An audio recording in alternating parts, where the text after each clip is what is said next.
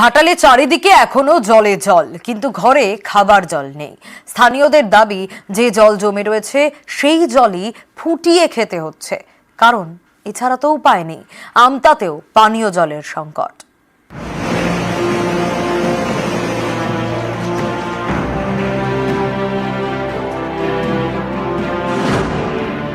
রাস্তায় জল, ঘরে জল, চারদিকে জলে জল, কিন্তু খাবার জল নেই। কোথাও হাঁড়ি কলসি নিয়ে জল পেরিয়ে জলের খোঁজ, কোথাও বন্যার জলই খাবার জল।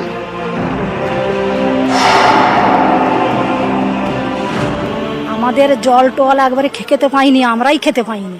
জল চারদিকে জলে যেমন থই থই করছে, আমরা এই জলকেই খেয়েছি। কি করব, উপায় নাই।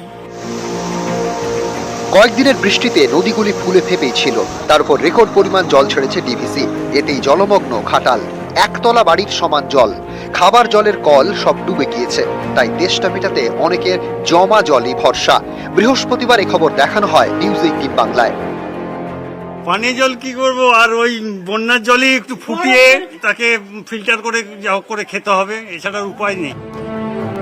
তারপরেও কেটে গিয়েছে সময়, এখনো ঘাটালে খাবার জলের কষ্ট। পানীয় জল কিছু কিছু জায়গায় সংকট হচ্ছে।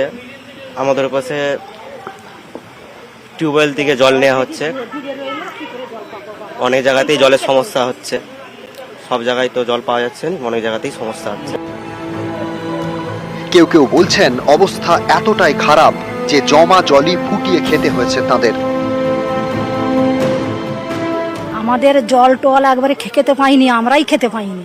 জল চারদিকে জলে যেমন থই থই করছে, আমরা এই জলকেই খেয়েছি। কি করব, উপায় নাই। নামতে পারিনি, কি করব, স্কুলের টঙে রয়েছে অবস্থা।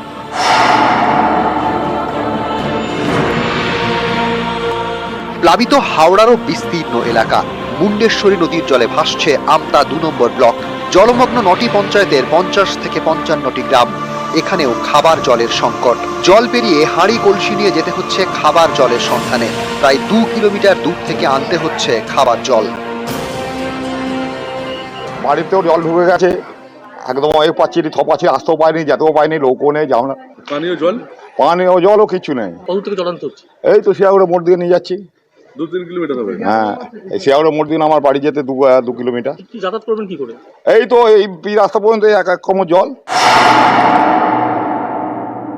অনেক বলছে জলের প্রবলেম, জল পাচ্ছে না ঠিক মতো। জল পাওয়া যাচ্ছে না তো ঠিক মতো। কত দূর থেকে জল নিয়ে যেতে হচ্ছে? অনেক দূর থেকে নিয়ে আসতে হচ্ছে, যেখানে জেগে আছে ওখান থেকে আনা হচ্ছে। 1.5 কিলোমিটার হবে। হ্যাঁ। নিউজ 18 বাংলা।